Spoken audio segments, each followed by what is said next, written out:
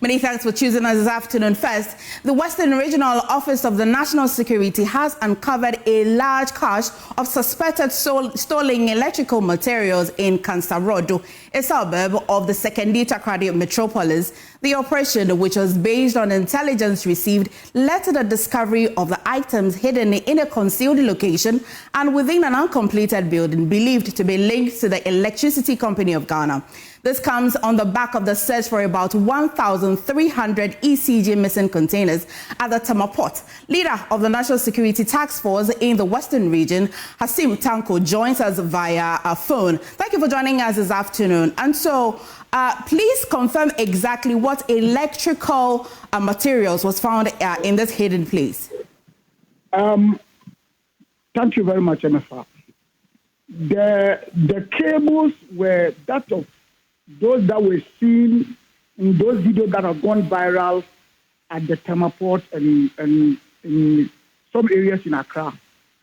Is that they were in rows and they were very huge and they were like drum-like kind of rows. So that were those items that we uncovered at the scene. These are mainly cables and nothing else. There were cables, there were meters, and then in some instances we found fiber optic cables, and in some instances there were meter covers. What's the action taking so far? Now, National Security has handed over the matter to the police for further investigation. Is intelligence leading you to whether or not there could be more hidden in that area? Exactly what we've been engaged in throughout this morning. We have picked intelligence that some of the items are hidden somewhere, and then we are pursuing them, and then we'll let the media be aware of those items when they found. But you can confirm particularly that you have made some arrests. We have made some arrests. Police are on police inquiry bail. Police are undertaking further investigation, and then subsequently, when all is concluded, we'll let the media made aware. I mean, again, you can also confirm that this particular materials that you discovered can be linked to the 1,300 containers that we're looking for. As that, the preliminary investigation points at that, but it's not yet conclusive. But what I can tell you that I am firmly sure that those materials that we found can be linked to the container that were missing at the Tama Port. If we do not link it to this, what's the most option that can occur? Look, we are talking with the ECG staff in Takoradi. They've made certain revelations. We are talking to them, so I cannot be conclusive about it. But what I can tell you is that the police, National Security, are firmly behind this matter, and we are following this conclusion. I know that you said this is intelligence that you have gathered, but are you able to let us in how you were able to trace it to that particular spot? There were people around that area that found it. You see, there were two sites. One was a residential apartment, and the other one was an abandoned site in a bush that we recovered. So there were two different discoveries. The first one was in the private residence of a UCG contractor. But then what we were not happy or we were not so sure about is how those items got into his private residence. And then the second one, nobody has owned up for them. And those were the 41 rolls or drums of UCG cables and other items.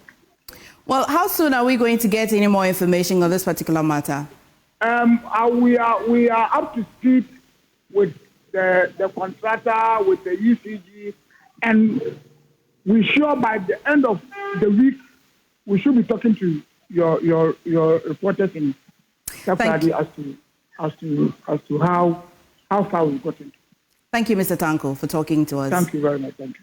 Now, still on power, the Northern Electricity Distribution Company, NEDCo, is grappling with an alarming surge in power theft in part of the northern region in the community of Dalon within the Kumbunku district Officials have uncovered widespread illegal connections, including a brazen operation where residents allegedly buried underground cables to bypass the national grid.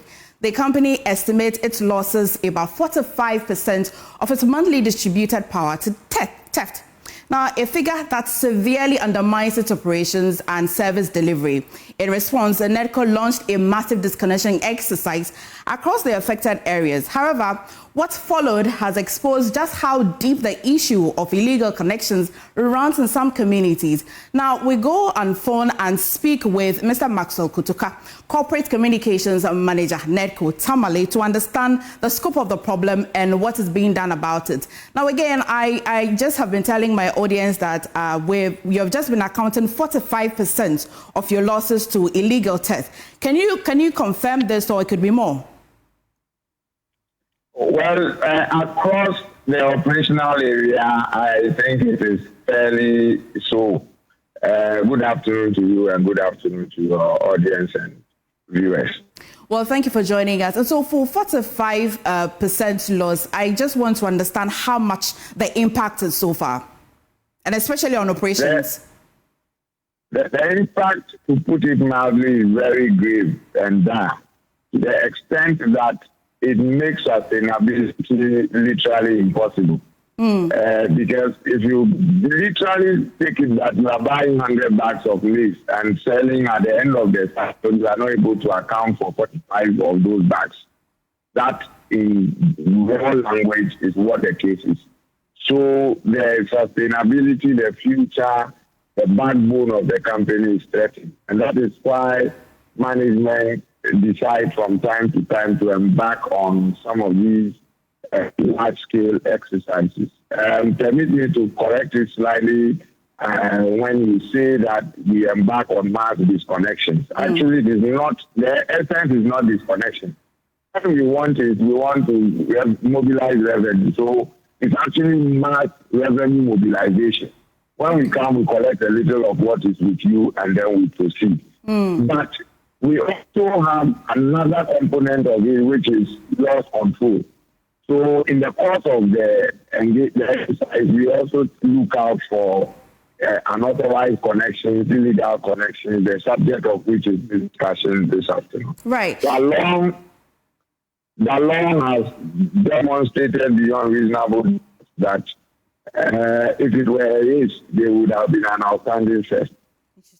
Now, so the discovery of buried underground cables, would that suggest that there was a level of collusion between inside technicians and then the residents at all? Could they have done this all by themselves? Oh, it is very, very possible, because you see, to bury the cable, you only need an average electrician. And our technicians and our engineers went to school and they had classmates, most of whom are not in the employ of NEDCo. So, but I also do not hold this for our staff. But whatever it is, I just don't want to conclude automatically that once they had to do with electricity, it was NEDCo. No. But are you engaging community leaders and residents to at least curb this growing problem? It's a continuous exercise, and I'm sure you know this better than I do, Emma, that as for engagement, it's a never-ending process. The last time we went there were similar incidents. We have engaged the palace, we have engaged some opinion leaders. They have come in to make some commitments, but unfortunately, the outcome is not as we would have wished. But we'll continue to engage until we get to a very credible solution that makes everybody comfortable.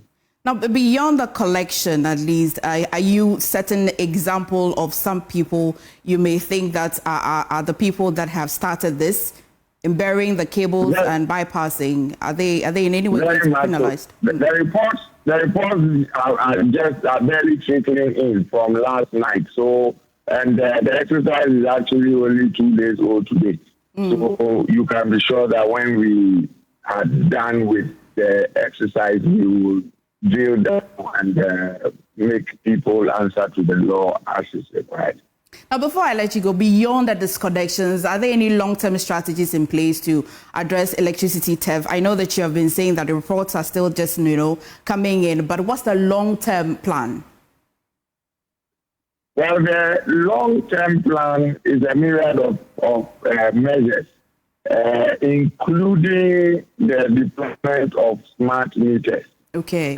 Which in itself has also proven to be vulnerable to some extent of manipulation, but at least it's a step in that direction. We also intend to use a lot of technology going forward. We are soon going to get to a point where if you bypass the meter, you will not be able to access power. Right. I mean, again, before I let you go, do we have a value of this 45% loss? Do we have a value yet?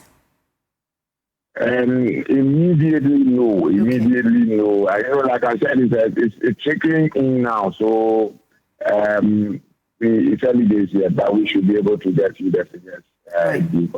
Right. Thank you very much. We shall be following the story keenly. Most grateful. Now, away from that, President John Mahama is set to begin consultations with the Council of State over petition seeking the removal of Chief Justice Gertrude Torkornoo. This follows the Chief Justice's submission of her preliminary response to the President on Monday, April 7. Presidential correspondent Maxwell Agbagba will bring us that shortly. Now, the petitions received last month have stirred national attention and sparked legal and constitutional debate over the proper process for addressing such high-profile complaints. There are demands for a speedy determination of the case and clear timelines. Lawyer Martin Pegwe is one of them. He's also backing calls for the new constitution to prevent the president from appointing and dismissing the Chief Justice. Yes, he can suspend the Chief Justice. That is in Article 146, Clause 11. And curiously, you see, when Chief Justice Torkornoo was being interviewed, vetted for this is one of the things he mentioned, that the president should not have a role in the discipline of judges. This removal, these proceedings, Article 146. You agree with that? Oh, absolutely, I agree. So in the new constitution, we'll be looking forward to that amendment. And so for Kufu, who is on the Council of State, has also made it clear that in the new constitution, a president should not be appointing a Chief Justice and justices of the Superior Court. We want true independence for the judiciary. And I'm hoping that that kind of thinking that's already in a lot of us would influence the current petition that we have. So as the president is going through it, I'm sure in his mind he'll be looking to see how they can give the judiciary independence. So the petition has to really be a great one to pass through the prima facie. And the subject of the suspension, it's a reasonable one, is it not? I mean, she's a CJ. She still would empanel the judges of the Supreme Court whilst she's been investigating the weightier matters.